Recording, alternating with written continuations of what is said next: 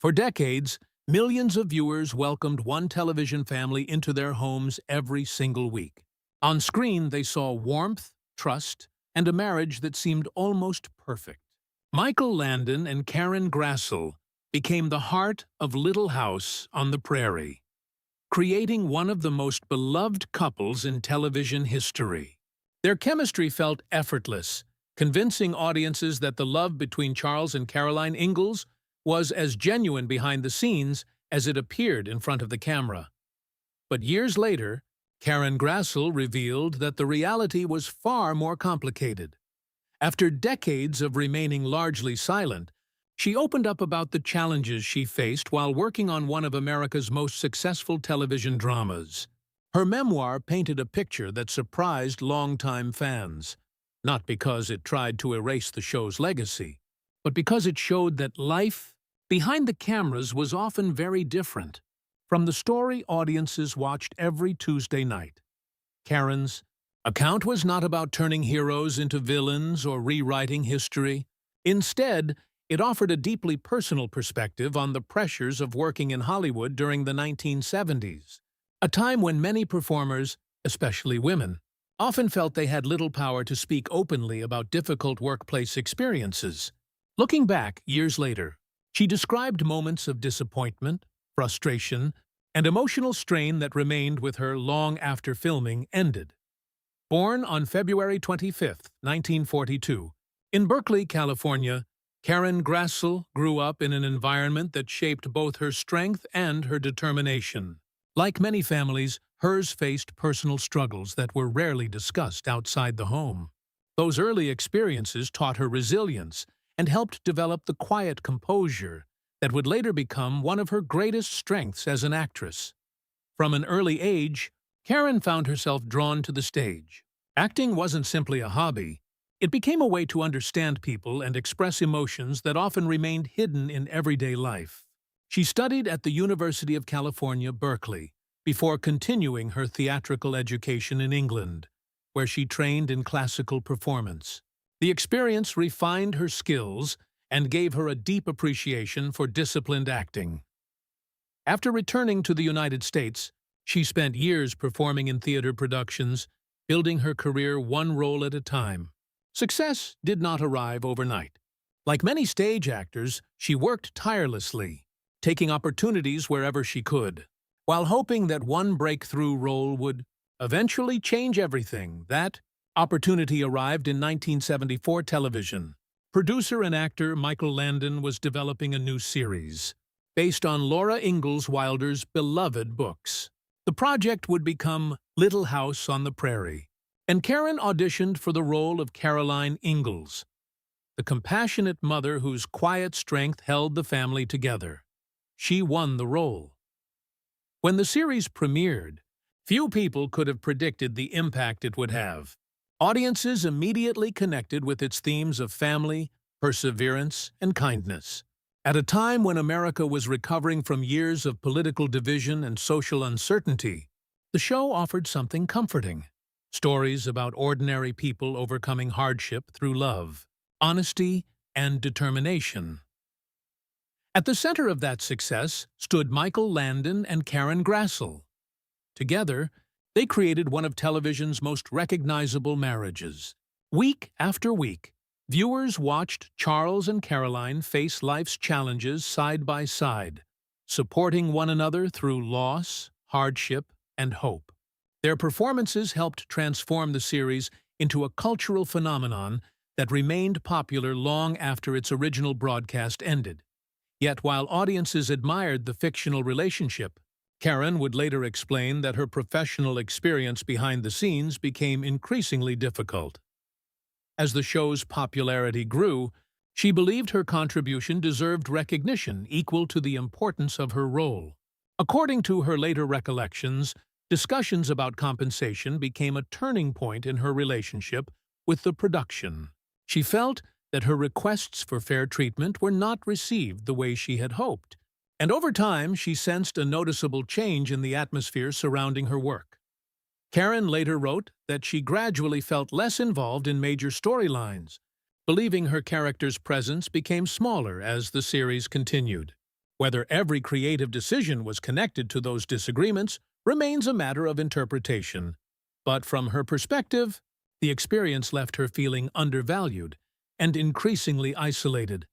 Even while carrying those feelings, she continued delivering the calm, loving performance that audiences admired every week. Millions of viewers never suspected that the actress portraying one of television's most devoted wives was privately struggling to balance professional disappointment with the responsibility of remaining completely committed to her work. The contrast between what audiences saw on screen and what Karen later described in her memoir would eventually become one of the most talked about aspects of the show's legacy. As the years passed, Little House on the Prairie continued to dominate television ratings. Families gathered every week to watch stories that celebrated compassion, forgiveness, and resilience.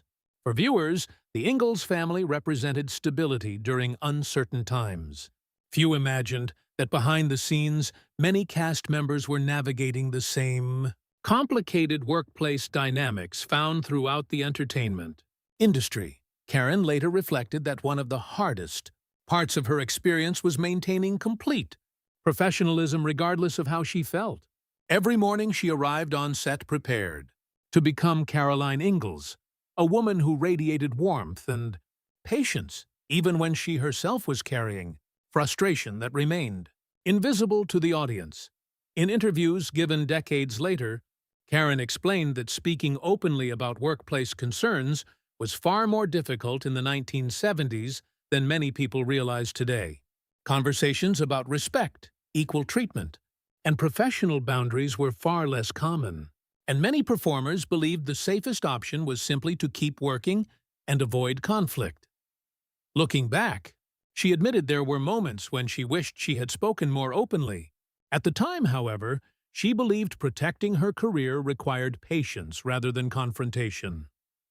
Karen also described occasions when humor on the set sometimes crossed lines that made her uncomfortable. According to her memoir, certain jokes during filming created situations that left her feeling embarrassed, even though she chose not to react publicly. Years later, she explained that remaining silent seemed like the only practical choice in an environment where the show's leading actor also held significant creative authority.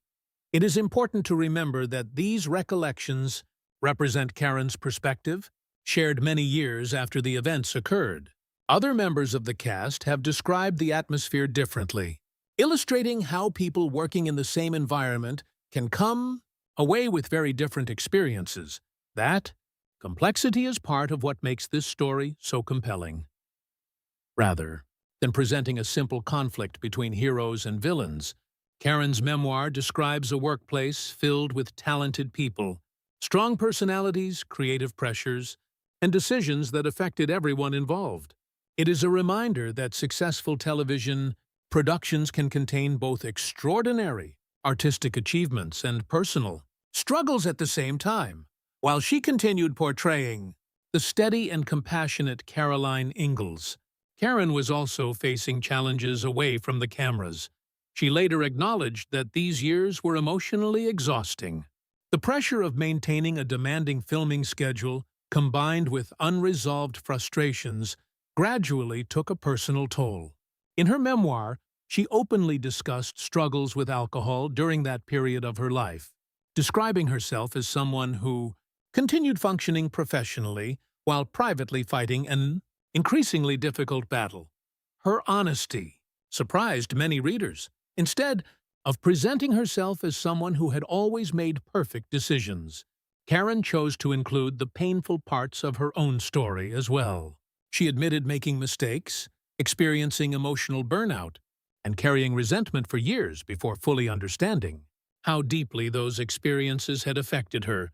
That level of self-reflection became one of the memoir's greatest strengths. Rather than placing all responsibility on others, she examined her own choices with equal honesty.